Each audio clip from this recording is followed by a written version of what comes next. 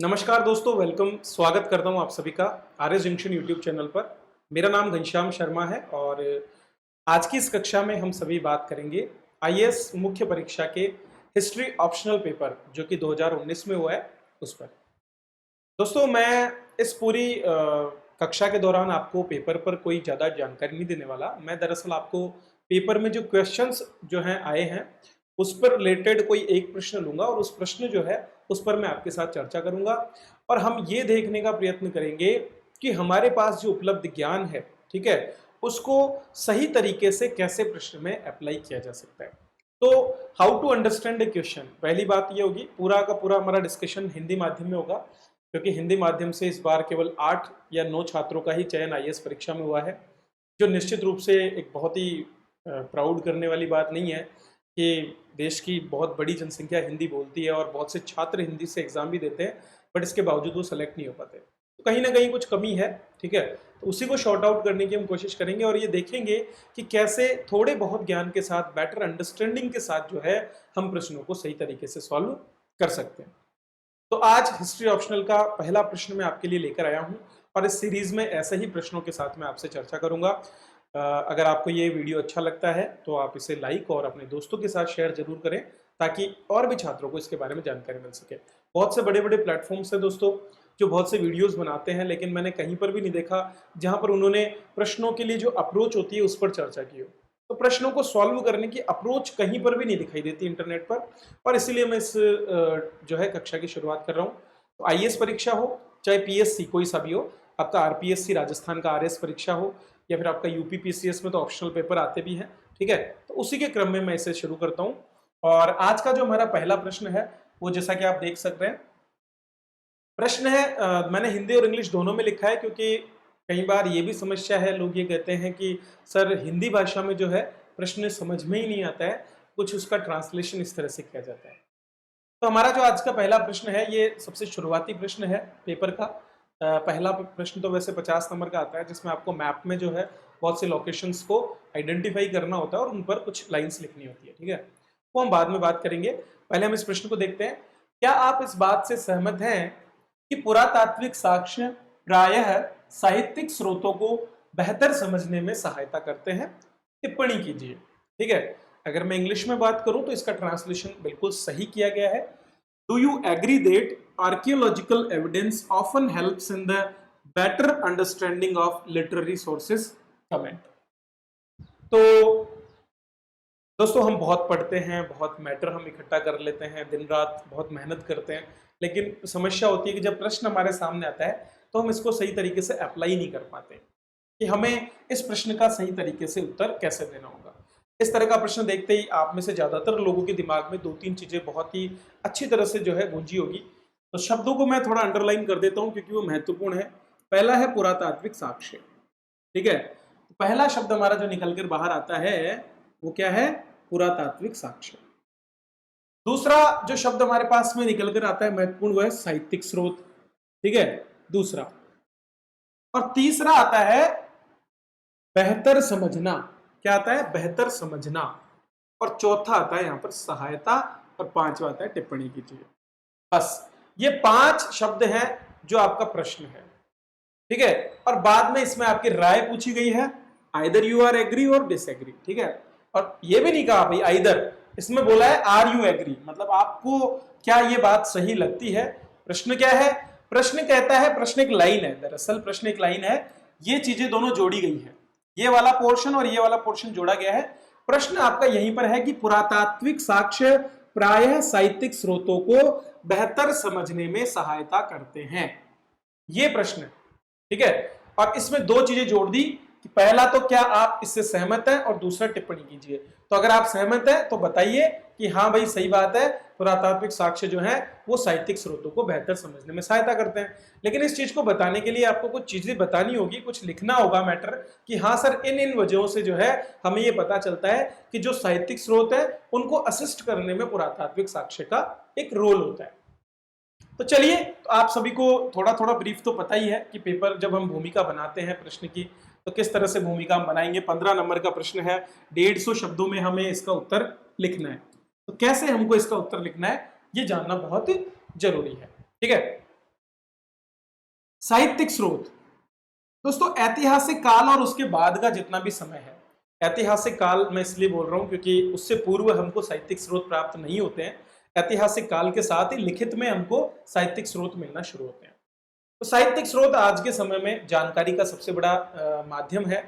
हमारा जितना भी इतिहास है उसके बारे में हम सीधा सीधा पढ़ने के लिए जो भी चीजें हमको मिलती है वो साहित्यिक स्रोतों से ही हमको मिलती है। शुरुआत इनकी वैदिक ग्रंथों से होती है, जैसे भारत के बारे में बात करें, ठीक है, तो वैदिक ग्रंथ और उसके बाद में बहुत से आपके बौद्ध ग्रंथ, जैन ग्रंथ, ब्राह्मण ग्रंथ जो हैं, धर्मसूत्र हो गए हमारे, उपनिषदास, वेदास, और इनमें बहुत सी ऐसी चीजें मिलती है जो हमको तत्कालीन संस्कृति के बारे में, तत्कालीन सामाजिक जीवन के बारे में, तत्कालीन जो रहन सहन था, हर एक चीज के बारे में जानकारी देता है। उस समय व्यापार कैसा था, अर्थव्यवस्था कैसी है, सब पर हमको जानकारी मिलती है। ठीक है, तो हमें बेटर सबसे पहले ये बताना है कि साहित्यिक स्रोतों के अंतर्गत क्या क्या सम्मिलित है, और फिर उसके बाद में हमको पुरातात्विक स्रोतों में भी क्या क्या सम्मिलित है, ये शुरुआत में 2 लाइन में बिल्कुल सिंपल सा लिख देना। ठीक है, तो आप सभी जान रहे होंगे कि साहित्यिक स्रोत में आपके जितने भी धर्म से आधारित ग्रंथ है वो, ठीक है, राजनीतिक ग्रंथ जितने भी लिखे गए जैसे कि चाणक्य ने अर्थशास्त्र लिखा है, और बहुत ही अलग प्रकार के ग्रंथ जितने भी हैं, ठीक है, ये सारे ये इसमें आ जाते हैं। और भी इसके अलावा बहुत से लेटर्स अगर कोई लिखे गए वो बाद के काल में, परवर्ती काल में हमको देखने को मिलते हैं। ठीक है, पांडुलिपियां हमको मिलती है, सारे साहित्यिक स्रोतों में आते हैं। पुरातात्विक स्रोत जो है उसमें आपके आते हैं जैसे कि बहुत से औजार, ठीक है, औजार के बाद में मैं बात कर रहा हूं पुरातात्विक साहित्य, जो पुरातात्विक जो स्रोत है उसमें औजार आ जाते हैं। औजार के बाद में खुदाई के अंदर जो भी हमको संरचनाएं मिलती है, ठीक है, वो, इसके अलावा स्केलेटन जितने भी होते हैं या फिर हड्डियां, ठीक है, जानवरों की हो या फिर मनुष्यों की हो, कार्बन डेटिंग के माध्यम से और भी बहुत से जीवाश्म जो हमको मिलते हैं। इसके अलावा बहुत से हमारे पास शिलालेख होते हैं, ठीक है, शिलालेख के बाद में मूर्तियां हमको बनी बनाई जो मनुष्यों के द्वारा बनाई गई है, ठीक है, वो मिलती है। मूर्तियों के अलावा आपको और क्या मिलता है, हमारे बहुत से अभिलेख मिलते हैं हमको, ठीक है, फिर हमको सिक्के मिलते हैं, बहुत से सिक्के जो जमीन में दबे पड़े हैं वो हमको मिलते हैं। ये सारी चीजें हमको मिलती है पुरातात्विक स्रोतों के बारे में। तो हमें बेसिक लिख देना है कि किस जो है इतिहास को जानने के ये दोनों स्रोत है। अब देखो क्या होता है, मैं आपको एक उदाहरण देता हूं। दोस्तों, अगर हम बात करें 6ठी शताब्दी ईसा पूर्व जो है उससे बाद के नगरों के बारे में, 6ठी शताब्दी ईसा पूर्व बाद के नगरों के बारे में हमारे 2 ग्रंथ हैं, जैसे कि एक तो दिव्य वदान, ठीक है, एक तो है दिव्य वदान, ये एक बौद्ध ग्रंथ है, इसके बारे में आप सभी ने पढ़ा होगा, और एक है आपका आपस्तंभ धर्मसूत्र। अगर आप इनको पढ़ोगे तो आपको इस काल के अर्थात जनपद काल या महाजनपद काल के नगरों के बारे में थोड़ी सी जानकारी मिलेगी। तो उसमें कुछ इस तरह से वर्णन किया गया है कि तत्कालीन समय के जो नगर हैं वो बड़े बड़े महलों से युक्त होते थे, वहां पर सड़कों से घोड़ों की टाप की वजह से धूल उड़ती होती थी, बाजार के अंदर चारों तरफ व्यापारी जो है चिल्ला चिल्लाकर अपना सामान बेच रहे होते थे। हाँ, बहुत सी गणिकाएं जो है उन व्यापारियों के लिए वेट कर रही होती थी, या ऐसी बहुत सी चीजें जो है आपको इनमें मिलेगी। जैसे कि जीवक की कथा आप पढ़ते हो तो जीवक की कथा में बहुत अच्छा या विशाल वर्णन आपको देखने को मिलता है। और जब आप उसकी कल्पना करोगे कि नगर के चारों ओर जो है दीवार हुआ करती थी, उसके चारों तरफ पूरा एक बहुत से झरने बह रहे होते थे, सुगंधित इत्र की खुशबू जो है वो निकल रही है, ये सारी चीजें आपको, है ना, ये सारा चीजें आपको देखने को मिलेगी। अलग अलग तरह के जो है चीजों का व्यापार किया जा रहा है, व्यापारियों के लिए सरायों में हो हल्ला हो रहा है, लोग बहुत से अलग अलग प्रकार के गेम्स खेल रहे हैं, ये सारी चीजें हमको इन ग्रंथों में मिलती है। तो दिव्य वदान और आपस्तंभ धर्म सूत्र में जो चीजें दी गई है उनको देख करके एक बार आपको मन में लगेगा कि उस काल के जो भी नगर हैं वो बहुत बड़े हैं और बहुत विशाल हैं, और उस समय एक बहुत अच्छी नगरीय जीवन व्यवस्था जो है वो शुरू हो चुकी थी। लेकिन दोस्तों, जब हम एक्सकेवेशन करते हैं, खुदाई करते हैं, तो खुदाई में जो हमें साक्ष्य मिले हैं उनके अनुसार जो इस तरह के नगरों की जो हम बात कर रहे हैं, इस तरह का नगरीकरण जो है 2री शताब्दी ईसा पूर्व से पहले नहीं हुआ। 2री शताब्दी ईसा पूर्व जो है उससे पहले इस तरह का कोई नगरीकरण नहीं हुआ है। उसके बाद में ही हमको ऐसे नगरीकरण मिलता है। केवल एक कौशाम्बी जो है उसके उत्खनन से हमको थोड़ा बहुत पता चलता है, लेकिन वहां से भी हमको जो अवशेष मिलते हैं वो झोपड़ियों के या फिर सामान्य लकड़ी के बने हुए जो छोटे छोटे झोपड़ पट्टे होते हैं उन्हीं के अवशेष हमको मिले हैं। यहां तक कि आप जब रामायण और महाभारत पढ़ते हो तो उसमें जिस तरह से वर्णन किया गया उसके हिसाब से अगर आप देखोगे तो अयोध्या नगरी आपको लगेगा कि बहुत बड़ी है, 30 से 50 किलोमीटर लंबी होगी, ठीक है, लेकिन वहां पर खुदाई में कहीं पर भी 4 से 5 किलोमीटर बड़ा घेरा नहीं पाया गया, 10 गुना बड़ा उन्होंने इसको बताया। क्लियर? तो कहीं ना कहीं जो हमारे साहित्यिक स्रोत हैं उनमें दी गई जानकारी जो है या तो उस समय के लेखकों द्वारा बहुत ज्यादा बढ़ा चढ़ाकर बताई गई है, या फिर उन ग्रंथों की रचना उस काल में ना करके बाद के काल में की गई है।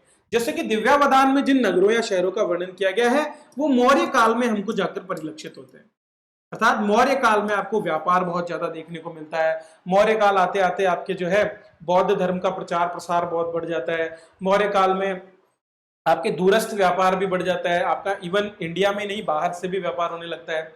अब इसकी पुष्टि कैसे हो? इसकी पुष्टि उन सिक्कों से होती है जो आपको बाद के काल में मिलते हैं।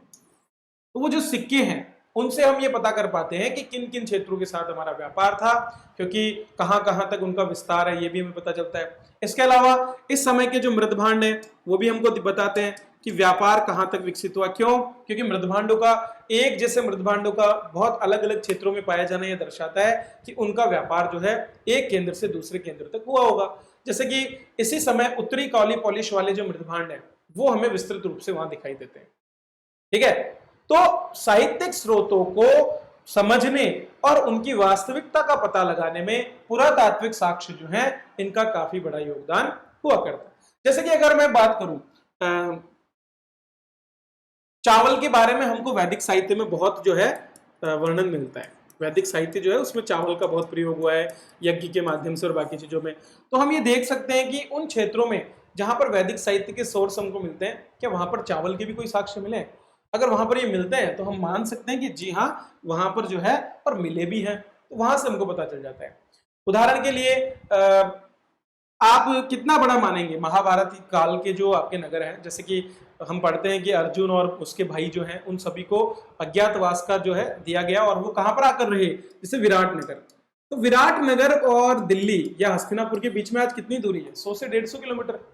100 से 150 किलोमीटर आज के समय में कोई बड़ी बात नहीं है, लेकिन उस समय ये 100 से 150 किलोमीटर बहुत बड़ा हुआ करता था, पूरे देश में घूमे हो, ठीक है। उनके हिसाब से पूरे देश भर में आसपास के सभी नगरों में वो घूमे। तो बड़ा चढ़ाकर चीजों को लिखा जाता था, लेकिन वास्तव में उस समय जो है इतना ज्यादा विकास नहीं था। वे बिल्कुल सामान्य कबीले वाले जनजातियों से जुड़े हुए लोग ही थे। तो ये हमको सच्चाई यहाँ पर मिलती है। साहित्य जो है, साहित्य जो हमें लिखा हुआ मिलता है, साहित्यिक स्रोत जो हमको मिलते हैं उनमें बदलाव हो सकता है, लेकिन जो पुरातात्विक साक्ष्य हैं उनकी कालबद्धता को हम निश्चित कर सकते हैं कि ये किस कालखंड से जुड़े हुए, ठीक है। और उसी के हिसाब से हम ये भी बता सकते हैं कि उस काल विशेष में किस किस प्रकार की घटनाएं थी और जो साहित्य में लिखा हुआ है वो सही है या नहीं है। तो साहित्यिक बातों की पुष्टि करने के लिए, उसकी प्रामाणिकता को साबित करने के लिए हमें मदद करते हैं कौन? पुरातात्विक साक्ष्य। तो निश्चित रूप से हम इस बात से सहमत हो सकते हैं कि पुरातात्विक साक्ष्य जो है साहित्यिक स्रोतों को बेहतर समझने में हमारी सहायता करते हैं। 2-4 उदाहरण लिखोगे ना उसमें आपका काम हो जाएगा। शिक्षक आपसे यही चाहता है कि आप प्रश्न को सही तरीके से समझें और उसका सही तरीके से उत्तर भी दे दें।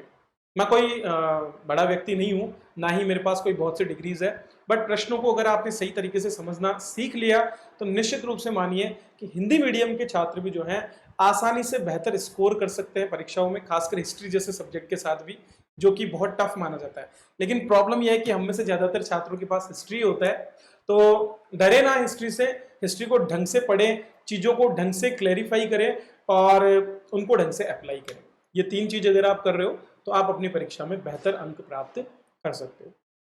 अगली कक्षा में इसी तरह के एक और प्रश्न को लेकर आऊंगा और आपके मन में जो डर है आईएएस परीक्षा या पीसीएस या और अन्य परीक्षा जहां पर आपको लिखित में उत्तर देने पड़ते हैं, खासकर हिस्ट्री से जुड़े, तो वो आपके सारे क्लियर हो जाएंगे।